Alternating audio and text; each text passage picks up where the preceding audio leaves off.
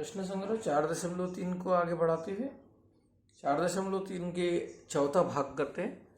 चौथे भाग में जो प्रश्न पूछा गया है, किताब आप हमेशा सामने रखेंगे। इसमें पूछा गया निम्नलिखित समीकरण हल कीजिए। समीकरण हल कीजिए, निम्नलिखित समीकरण हल कीजिए। जब भी हमें समीकरण हल करना होता है, आप लोगों को पता है कि उसमें आने वाले चरांक का हमें मान ज्ञात करना होता है।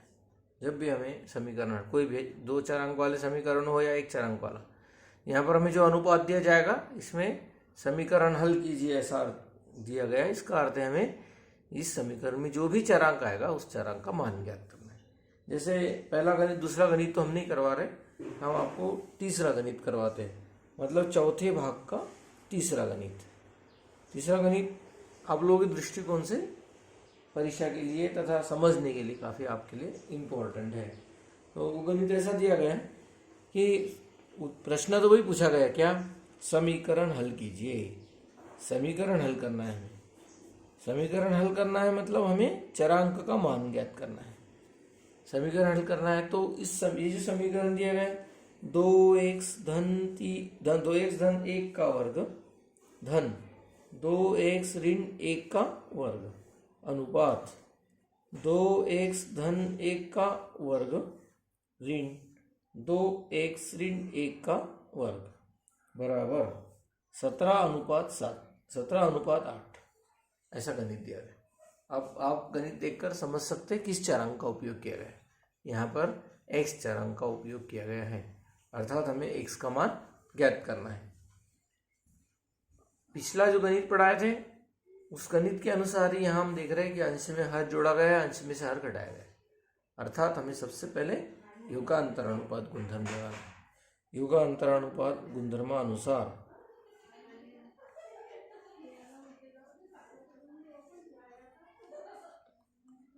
योगांतरानुपात गुणधर्म लगाएंगे।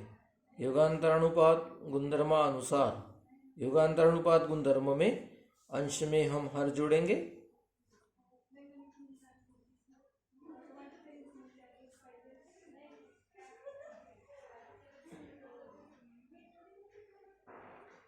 और अंश में से हर घटाएंगे।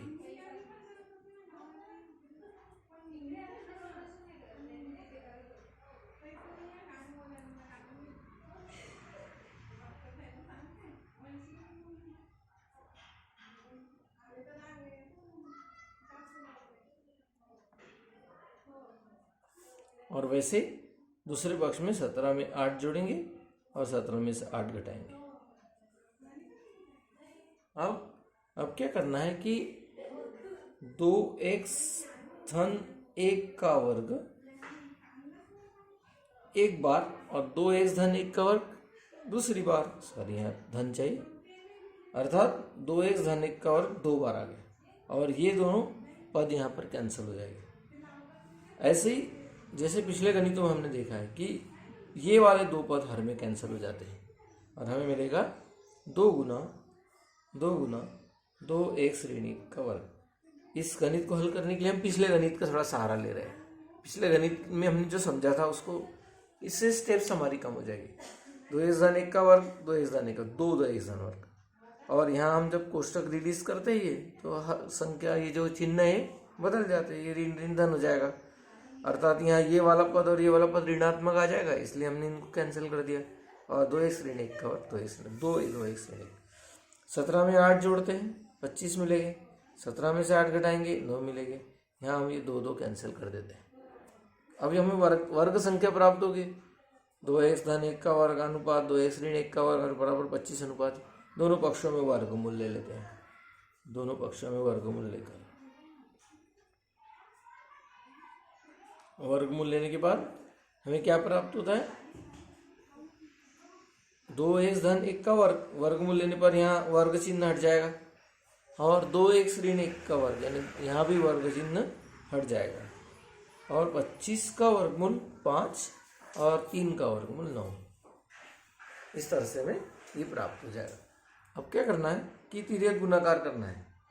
जैसे इस तरह से हम कर रहे हैं कि 3 गुना 2x अर्थात 6x, 3 गुना 1 अर्थात 3 बराबर 5 गुना 2x 10x और 5 गुना ऋण 1 ऋण 5। ठीक है, x से x वाले पद एक पक्ष में कर लेते हैं, संख्याओं को दूसरे पक्ष में कर लेते हैं। जैसे अब हम यहाँ लिख रहे हैं 10x ऋण 6x बराबर 5 धन 3। कैसे पक्षांतर किया देखिए, समझो हमने 6x को इधर ले गए, ऋण 6x हो जाएगा, ऋण 5 को इधर लाए, धन 5 हो जाएगा। x से x वाली संख्या हम जनरली बाएं हाथ की तरफ लिखते हैं, इसलिए हमने क्या लिखा है 10x ऋण 6x बराबर 5 धन 3। 10 में से 6x घटाएंगे हम तो हमें 4x मिलेगा और 5 में 3 जोड़ने पर 8 मिलेगा। 4x बराबर 8, इसलिए x बराबर 8:4। 8:4 मीन्स x बराबर 2। यानी हमने ये समीकरण हल कर लिया। ये समीकरण हल करते समय सबसे पहले हमने योगांतरानुपात गुणधर्म का उपयोग किया। योगांतरानुपात गुणधर्म का उपयोग करके 2x धन 1 का वर्ग 2x ऋण 1 का वर्ग 25:9 प्राप्त किया। इसके बाद दोनों पक्षों में वर्गमूल लिए, वर्गमूल लेकर तिर्यक गुणाकार करें। तिर्यक गुणाकार करके x वाले पद एक पक्ष में, संख्या दूसरी पक्ष में करके हमने x का मान ज्ञात किया। इस तरह से हम समीकरण ये हल कर सकते हैं। पर इन सब समीकरणों को हल करने के लिए हमने गुणधर्मों का उपयोग किया, योगांतरानुपात गुणधर्म का उपयोग करके हमने ये गणित हल किया है। इसके बाद इसी विधि पर आधारित एक चौथा गणित और है, उसे समझाते फिर इस प्रश्न संग्रह को हम समाप्त करते हैं। चौथा गणित हमें दिया गया है वर्गमूल 4x धन 1 धन वर्गमूल x धन 3 अनुपात वर्गमूल 4x धन 1 ऋण वर्गमूल x धन 3 बराबर 4:1। यहाँ भी x चरांक का उपयोग किया है, इसलिए हमें x का मान ज्ञात करना है। x का मान ज्ञात करना है, वही गुणधर्म लगाएंगे। योगांतरानुपात गुणधर्मानुसार योगांतरानुपात गुणधर्म लगाएंगे। योगांतरानुपात गुणधर्म में हमें लगाने के बाद जो प्राप्त होगा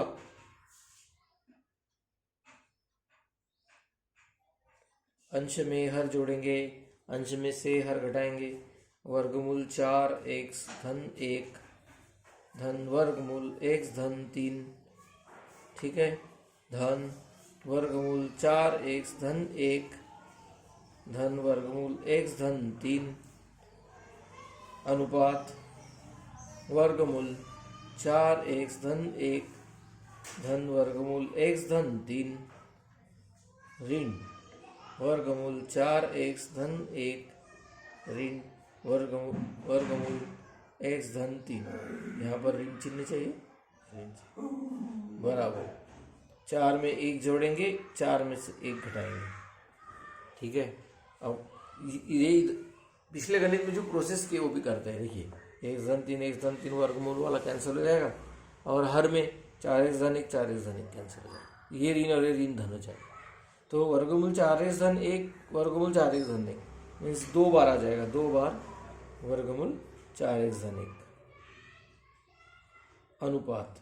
वैसे x धन 3 वर्गमूल x धन 3 वर्गमूल x धन 3 2 बार आ जाएगा, वर्गमूल x धन 3 बराबर 4 धन 1 मीन्स 5, 4 ऋण 1 मीन्स 3, 2 फिर यहाँ कैंसिल करते हैं।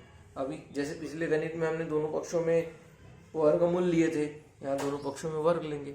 दोनों पक्षों में वर्ग लेकर, मतलब हमें वर्ग हटाना है तो वर्गमूल लेते हैं, वर्गमूल हटाना है तो दोनों पक्षों में वर्ग लेते हैं। दोनों पक्षों में वर्ग लेकर, वर्ग लेने के बाद हमें वर्गमूल चिन्ह यहाँ से हटाना है। 4x धन 1 वर्गमूल है तो हम इसको लिखेंगे 4x धन 1 और x धन 3 का अगर हमें वर्गमूल हटाना है तो इधर यानी वर्ग लेना है तो हमें x धन 3 केवल लिखना होगा, वर्गमूल चिन्ह हटा देना होगा। 5 का वर्ग लेंगे हम 25, 3 का वर्ग लेंगे हम 9 और इसके बाद हम जैसे पिछले गणित में प्रोसीजर करेंगे, तिर्यक गुणाकार करेंगे। तिर्यक गुणाकार करेंगे मीन्स 9 में 4x से गुना करेंगे 36x धन 9 में 1 से गुना करेंगे 9 बराबर 25 में 1 से गुना करेंगे 25x धन 25 में 3 से गुना करेंगे 75।